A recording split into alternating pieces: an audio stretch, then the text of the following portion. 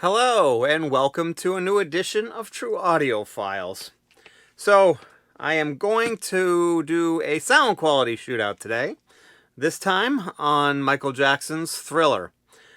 I basically had, for all intents and purposes, three different versions of the album. I basically have had, or listened to, basically the early pressings of the album, which includes this one here, which is actually a first pressing of the album, and I also had some later pressings as well, and just to check to see if the sound was noticeably different or if it was the same, and we'll get into that portion of it a little later. I also had the half-speed mastering here as well. This one was in great condition, and last but certainly not least is a early Japanese pressing of the record as well. So, my findings were not entirely surprising to me. Maybe they'll be surprising to you, but I listened to a few different songs. I listened to Wanna Be Starting Something, Baby Be Mine, and Beat It, and Billie Jean. I also listened to Thriller as well, but my main focus was on Wanna Be Starting Something, Baby Be Mine, and Billie Jean and Beat It. Mainly because, well, Wanna Be Starting Something and Baby Be Mine were very different sounding songs and very unique in terms of what they could do. But then, obviously you had Billie Jean and Beat It, which were the really popular songs, two of the more popular songs besides Thriller off of the album. So, basically, here's what I found. With the first pressing and all the later pressings that came after it that weren't the half-speed mastering and weren't the Japanese pressing, I found that it sounded really pretty good. There was good solid bass, great soundstage, and pretty good clarity, except on kind of the high-end sound. And most specifically where I noticed it was on the occasional S, some of the electronic drum egg shaker sound and hand claps kind of had a little bit of distortion on it. I'm not sure if it was sibilance, because I don't think it was. I think it just sounded distorted for some reason, which was kind of disappointing, because otherwise, besides the surface noise that were on all three versions, it sounded pretty good, and I really enjoyed the oomph that it had, for lack of a better sound word. It had that excitement in the recording that sometimes is lacking, but those definitely had it. When I put the half-speed mastering on, that distortion that I was talking about on the early pressings was definitely not there anymore. Everything was much smoother, but smoother not necessarily in a good way. I mean, the clarity was there, the good instrument separation, probably even a little bit better separation on the instruments than the original pressings. But what ended up happening, which can happen on a lot of what would kind of be classified as audiophile recordings, is it was just a little bit more relaxed sounding. There wasn't that oomph and excitement in the sound. Maybe it had a little bit less compression, dynamic compression on it, I don't know. But it kind of lacked that, the oomph that the early pressings had. But the clarity was definitely there. The high-end frequencies, the cymbals, those shakers, the hand claps, all that stuff really did sound significantly better on the high speed compared to the early pressings. So then I went to the Japanese pressing. Japanese pressing kind of fell somewhere in between the two other previous ones, and basically, it had a little bit more of that oomph. Maybe not quite as much as the early pressings did, but it definitely had quite a bit of it there. Oh, one other thing too is the half-speed master also didn't seem to have quite as much bass. It also was cut a little bit more softly, so I really had to crank it up a little bit more. And I was thinking at first when I was going back and forth that maybe I just needed to crank it up a little bit more to get that oomph that I was missing from the early one. But it just, no matter how much I turned it up, it just still felt the same way. So getting back to the Japanese pressing, definitely was cut probably pretty similarly in volume to the original pressing. Maybe potentially a little bit quieter, but not much. But it definitely had a lot of that oomph back into it. It didn't have the harshness to the high end, the shakers, the claps, and some of the S's that the original one had. And it definitely had that bass back into it as well.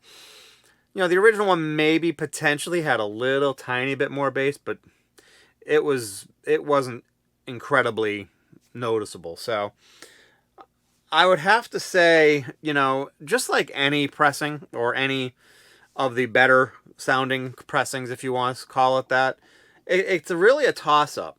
If I could find a copy that didn't have that sibilance or distortion in the higher frequencies on the earlier pressings, which, I thought at first I attributed it to the fact that my first pressing that I had was kind of beat up a little bit, but both of the other two that I had were definitely in much, much better shape. As a matter of fact, the one that's probably the furthest furthest out in terms of generations, it's probably, fourth, fifth, or sixth pressing or whatever it might be. That one was immaculate. So there was zero issues with that in terms of, well, or virtually zero issues that were visible anyways on the vinyl, and it still had the same issues. So, I just think that was inherent in those pressings, and which is sad, unfortunately, especially given the popularity of this album, and how many people bought that record with that issue. Although, most people probably weren't listening to it on, high-end equipment, so it really probably didn't matter to those people. So, bottom line is, they're all really close. If I could take the first and earlier pressings and get rid of that sibilance or distortion in the kind of the higher frequencies, I would, and more importantly, get rid of some of the surface noise that those had, because all of them were somewhat noisy. Well, in comparison to the Japanese pressing. If I could get rid of that and get rid of that harshness, distortion, it would clearly be my favorite. But I have to give the edge to the Japanese copy. The Japanese copy, it definitely was quietest in terms of the surface noise, which they almost always are as it is. It also had most of that dynamic oomph that, that's a technical term, that the original early pressings had as well. Had most, if not all, the same bass that those ones had. But the high-end frequencies were much clearer and crisper and less distorted, or less distorted sounding anyway. So that's my pick. I would say, of the ones I've had, I don't know of any other options out there that are considered at the same level as these. If you know of one that I'm missing, please make some comments below and let me know. I would really love to hear from you on that. But to my knowledge, these are considered, well, at least the half-speed mastering and the first pressings are considered, some of the better versions out there. And, Japanese pressings always, by some, are considered some of the better ones out there. And in this case, I would say that that's probably accurate. If I had to pick one that I was going to go to every time to sit and listen to and really concentrate on the sound, I would pick the Japanese pressing every day over any of the other ones. But, like I said, none of them sounded bad. And it's rarely the case that they do. And, I would love to, I know that I have some digital copies that sound phenomenal, though. Some are official releases and some are unofficial releases. And I wish that the unofficial ones actually do sound really, really good. There are some high resolution ones, and I really wish that those, I could get a physical copy of those ones, and I wish they were official.